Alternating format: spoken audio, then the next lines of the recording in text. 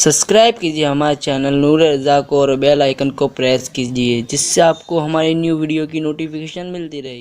حضور کے ہاتھوں کا معجزہ. حضور نے نبوت کا اعلان کیا. جب نبوت کا اعلان کیا تو مکے والے مخالف ہو گیا. آپ سب جانتے تھے اچھی طرح, بہت مخالفت کا زور زورہ تھا. مکے والوں نے آج سے پہلے کسی نبی کی زندگی کو جو ہے وہ مکمل طور پہ پڑھا نہیں تھا. ان کو بہت زیادہ معلومات نہیں تھی نبی کے حوالے سے. ان کو اتنا پتا تھا کہ ہمارے باپ دادا نبی تھے ابراہیم و اسماعیل علیہ السلام, لیکن ان کو بہت زیادہ معلومات نہیں تھی. نسلاً بعد نسلیں جو باتیں پتا تھی وہی, اور اکثر کو انہوں نے بھلا دیا تھا. ایسے میں بہت ساری باتیں ہوئی, مکے والوں نے بہت ساری باتیں کی, لیکن ہر معاملے میں وہ جو ہے وہ زیر ہو گئے. ایسے میں مکے والوں نے آپس میں مشورہ کیا کہ ایک کام کرنا چاہیے, جو نبوت کے متعلق معلومات زیادہ رکھتا ہو اس کو بلایا جائے اور ان کے سامنے بٹھایا جائے اور ان سے باتیں کی جائے. تو ابو جہل نے کہا کہ یمن میں میرا ایک دوست ہے اور اس کا نام حبیب ہے, میں حبیب کو خط لکھتا ہوں اور قاصد کو روانہ کرتا ہوں. قاصد جائے گا, تیز رفتار قاصد جائے گا اور وہ واپس آئے گا. وہ آنے کے بعد جو ہے وہ پھر اس کو لائے گا, اور حبیب میرا دوست تو آئے گا. وہ بہت ہوشیار ہے, وہ بہت چالاک ہے, وہ بہت جو ہے عقل والا ہے. اچھوں کی اس کے سامنے بات کرنے کی ہمت نہیں ہوتی, اور وہ باتوں کے داؤ پیچ میں لوگوں کو ایسا الجھا دیتا ہے کہ آسانی کے ساتھ کوئی اس سے بات نہیں کر پاتا ہے. اللہ اکبر. پھر ابو جہل نے اپنے دوست کو جس کا نام حبیب تھا اس کو خط لکھا. حبیب کو جیسے خط ملا, حبیب نے خط پڑھا. خط میں یہ لکھا تھا, میرے دوست, پرانی تیری میری دوستی ہے, ہمیں ایک مشکل آن پڑی ہے, اس مشکل میں ہماری مشکل کو دور کر. تجھے بہت زیادہ جو ہے معلومات ہے نبی اور نبوت کے بارے میں, آ کر کے اس سے بات کر. ہمارے یہاں ایک شخص ہے, ہمارا ہی رشتہ دار ہے, اس کا نام محمد ہے. اس نے کبھی جھوٹ نہیں بولا, اس نے کبھی کسی کی امانت میں خیانت نہیں کی. ساری باتیں اس نے لکھی, اور لکھنے کے بعد کہا جلدی سے آؤ اور آ کر کے اس کو ایسا پھنساؤ کہ وہ تمہاری باتوں کا جواب نہ دے سکے, اور وہ جامد و ساقط ہو جائے, وہ لاجواب ہو جائے, تاکہ پھر ہم پورے مکے میں اس کے مشن کو ختم کر دیں. جیسے ہی حبیب کے پاس جو ہے وہ خط پہنچا, حبیب نے اسی وقت اس تیز رفتار قاصد کے ساتھ ایک تیز رفتار سواری لی اور وہ سیدھے مکہ آیا. اور مکے میں جب آیا تو پورے مکے میں جشن کا ماحول تھا, پورے مکے میں خوشیوں کا ماحول تھا. حبیب آیا, اتنا چتر چالاک انسان آیا کہ بڑے بڑوں کو وہ اپنی باتوں کے داؤ پیچ میں پھنسا لیتا ہے. اس کے سامنے کوئی بات نہیں کر پاتا. اگر کوئی جو ہے وہ شاعری میں بات کرے تو حبیب شاعری میں جواب دیتا ہے, کوئی لفظوں میں بات کرے, نثر میں بات کرے تو وہ نثر میں جواب دیتا ہے, کوئی سیاست کی کرے تو وہ سیاست کی, ریاست کی کرے تو ریاست کی, مذہب کی کرے تو مذہب کی, وہ ساری باتوں کو جانتا ہے. بہت ہوشیار ہے حبیب آ گیا ہے. اب محمد عربی کو وہ لاجواب کر دے گا, لیکن یاد رکھے حق ہوتا ہے. حبیب آیا, شام کا وقت تھا. شام کے وقت حضور کو اطلاع دی گئی ایک بندہ آیا ہے, کیا آپ اس سے گفتگو کر سکتے ہیں؟ حضور نے کہا بالکل کر سکتے ہیں. کون کیا بات کرنا چاہتا ہو؟ کیونکہ ہم اپنی زبان میں کہتے ہیں ہاتھ کنگن کو آرسی کیا, جب سکہ کھڑا ہوتا ہے تو کہیں بھی اچھالو کھن سے بچتا ہے. حضور نے کہا ٹھیک ہے چلو بات کرتے ہیں. سارے مکہ کے بڑے بڑے گنڈے, سارے مکے کے بڑے بڑے اوباش آج دلوں کے اندر پھدک رہے تھے کہ ہم محمد عربی کے سامنے ایسے کو لائے ہیں کہ لاجواب ہو جائیں گے محمد عربی. لیکن قربان میرے امام نے کہا فصحا عرب کے بڑے بڑے تیرے آگے یوں ہے دبے لچے, کوئی جانے منہ میں زبان نہیں بلکہ جسم میں جان نہیں. اللہ اکبر. حبیب سامنے آیا. سامنے آنے کے بعد شام کا وقت ہے اور اتفاق سے 14ویں کا چاند پورے آب و تاب کے ساتھ چمک رہا ہے. 14ویں شب ہے. چاند کی دودیا روشنی مکے کی زمین پہ پڑ کر مکے کے ریگزاروں کو جو ہے دودیا روشنی سے جگمگا رہی ہے. وہ دودیا روشنی جب میرے نبی کے چہرے پہ پڑ کر وہاں سے نور حاصل کرتی ہے تو دیکھنے والے پتہ نہیں کر پاتے کہ روشنی ادھر سے آ رہی ہے یا ادھر سے جا رہی ہے, روشنی ادھر سے آ رہی ہے یا ادھر سے جا رہی ہے. کیوں چاند سے تشبیہ دینا, یہ بھی کوئی انصاف ہے؟ چاند پر تو داغ ہے اور ان کا چہرہ صاف ہے. اللہ اللہ. حبیب یمنی نے کہا اے محمد عربی, میں نے سنا ہے کہ آپ نے دعوی نبوت کیا ہے, آپ نے के नबी होने का दावा किया है। मेरे सरकार ने फरमाया हाँ मैं अल्लाह का नबी हूँ। जब मेरे करीम आका ने कहा तो हबीब ने कहा ए मोहम्मद अरबी मेरे दो सवाल है, एक सवाल मैं पहले करूंगा और उसके बाद दूसरा सवाल इस सवाल का जवाब मिलने के बाद करूंगा। हाय हाय मेरे नबी कैसे हैं, मेरे आका कैसे हैं। मेरे सरकार ने कहा बोलो पहला सवाल तुम्हारा क्या है। उसने कहा ए मोहम्मद अरबी ये जो चांद चमक रहा है अगर इस चांद के तुम दो टुकड़े कर दो, मेरा पहला सवाल ये है इस चांद के दो टुकड़े कर दो तो हम दूसरा सवाल करेंगे और वो भी पूरा कर दिया तो हम तुम्हें नबी मान लेंगे, तुम्हारी नबूवत का इकरार कर लेंगे। इसलिए कि जो जादूगर होता है, जादूगर लोगों की नजरों पे जादू कर सकता है, जादूगर जो होता है वो लोगों पर जादू कर सकता है, जादूगर जो होता है वो जमीन की चीजों पे जादू कर सकता है। लेकिन कितना भी बड़ा जादूगर होगा जादू किसी का आसमान पर असर नहीं कर सकता, आसमान की चीजों पे असर नहीं कर सकता। तो अगर तुम नबी हो तो चांद के दो टुकड़े करके दिखाओ। मेरे नबी ने मुस्कुराया और कोई तवक्कुफ नहीं किया, हुजूर ने कोई रुके नहीं बल्कि हुजूर जो है पहाड़ पर चढ़े। उस पहाड़ का नाम जबल अबू कुबैस है। अबू जहल दिल में खुश हो रहा था, इतना मुश्किल सवाल कर दिया, कितना होशियार है मेरा दोस्त हबीब, हबीब यमनी कितना होशियार है कि इतना मुश्किल सवाल किया। अभी मोहम्मद चुप हो जाएंगे।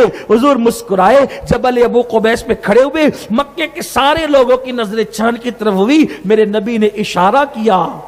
क्या बात है, सुभान अल्लाह सुभान अल्लाह। ये हुजूर के हाथ का मौजज़ा कौता, हुजूर के हाथ का, ये आज की नशिस्त का है हुजूर के, ये आज के, वरना हुजूर के हाथ के मौजज़ात गिनाऊं रात खत्म होगी, बात खत्म नहीं होगी। चौथा मौजज़ा इशारा किया, उंगली का इशारा किया, चांद टुकड़े हो गया।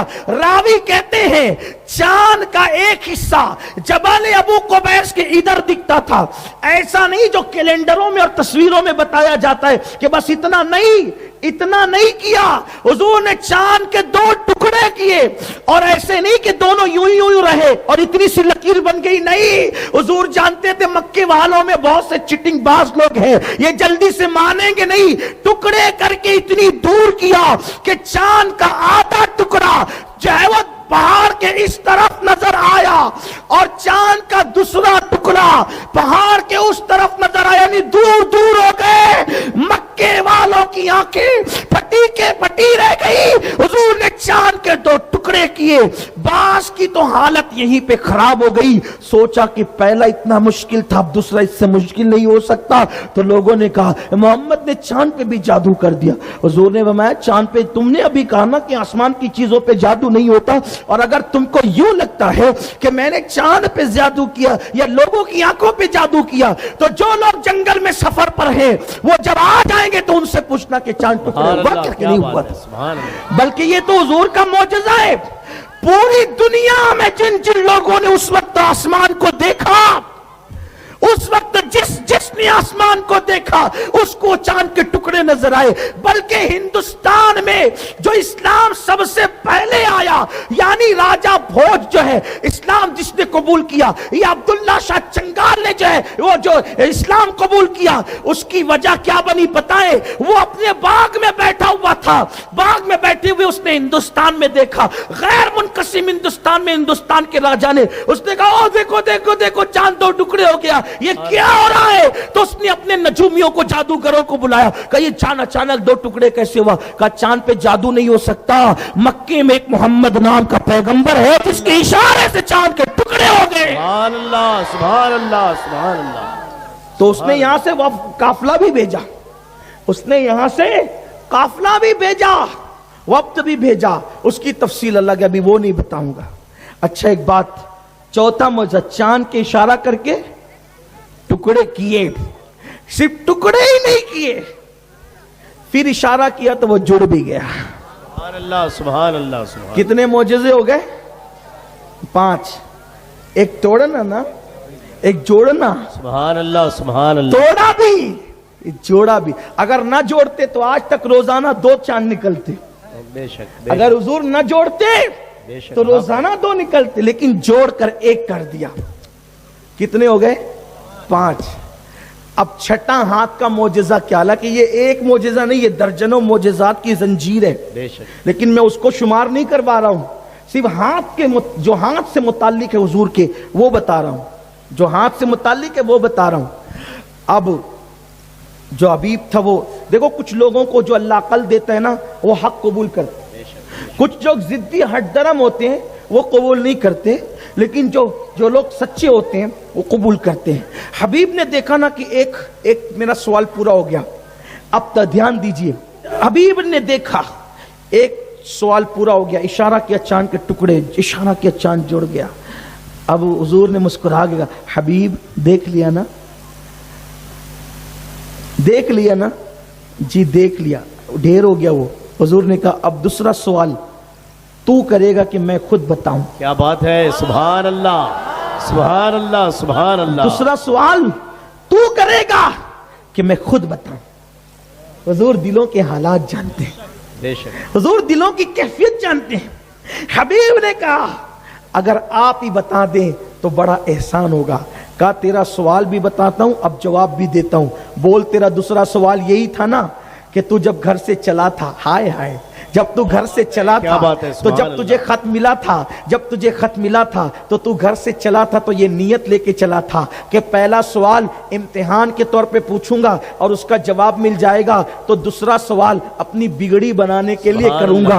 अगर वो नबी होगा तो उससे बिगड़ी बनवाऊंगा, क्योंकि नबी तो बिगड़ी बनाया करता है ना, नबी बिगड़ी बनाने के लिए आता है। मैं मफहूम के तौर पर अपने अल्फाज के जामे में बात कर रहा हूं। हबीब सुन सुन, तेरा दूसरा सवाल ये है कि तेरे घर में तेरी एक बेटी है और वो बेटी आंख से अंधी है, उसके हाथ लूले हैं, उसके पैर लंगड़े हैं, वो चल नहीं सकती, वो बोल नहीं सकती, वो देख नहीं सकती, वो सुन नहीं सकती, उसके पूरे आज़ा माजूर है और वो तुझ पर बोझ बनी हुई है। तू चाहता है कि उस बच्ची को शिफा मिल जाए। बोल हबीब तेरा दूसरा सवाल यही है ना, तू शिफा चाहता है ना, शिफा चाहता है ना, बोल शिफा चाहता है ना।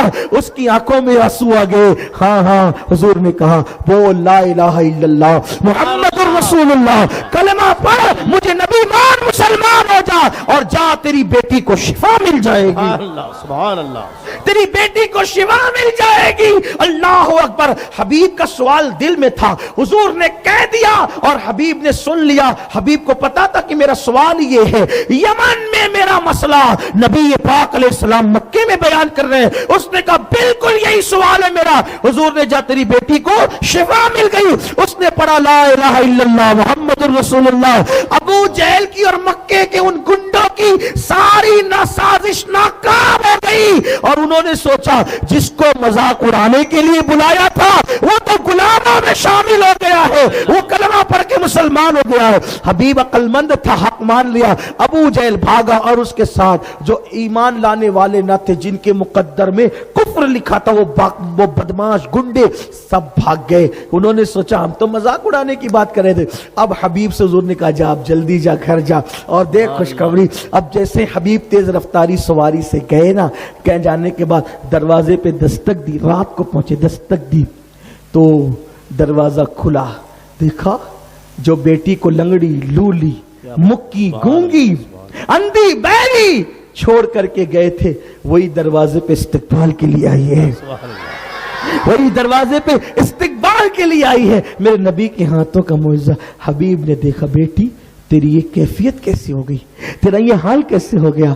हबीब की बेटी ने कहा अब्बा जान, आप जब मक्के गए थे ना तो एक रात ऐसा हुआ था, मैं पड़ी थी, सोती पड़ी थी, ऐसे में एक नूरानी चेहरे वाला, काली काली जुल्फों वाला, मस्तानी अखियों वाला, जिसके वजूद नाज से खुशबू की लपेटें उठ रही थी, वो आया और मेरे बिस्तर पे खड़ा हो गया। उसके आने से मेरा कमरा मुअत्तर हो गया, मेरा कमरा रोशनी से मुनव्वर हो गया और आकर के कहता है बेटी मैं वहां तेरे बाप को कलमा पढ़ा रहा हूं, तू यहां कलमा पढ़ ले और तेरी बीमारी दूर हो जाएगी। वो आया और उसने अपना हाथ मेरे जिस्म पर लगाया। सुभान अल्लाह, सुभान अल्लाह, सुभान अल्लाह। वो आया और उसने अपना हाथ मेरे जिस्म पर लगा। उसका हाथ मेरे जिस्म पे क्या लगा, मैंने कहा ला इलाहा इल्लल्लाह मुहम्मदुर रसूलुल्लाह। उसके हाथ की बरकत से मेरा जिस्म अच्छा हो गया। सुभान अल्लाह, सुभान अल्लाह। मैं तेरे बाप को मक्के में कलमा पढ़ा के इस्लाम अता कर रहा हूं। تو یہاں کلمہ پڑھ کے مسلمان ہو. ابا جان میں نے کلمہ پڑھا اس کا تو مسلمان ہو گئی تو میرا جسم اچھا ہو گیا. حضور علیہ السلام کے ہاتھوں کا معجزہ یہ ہے.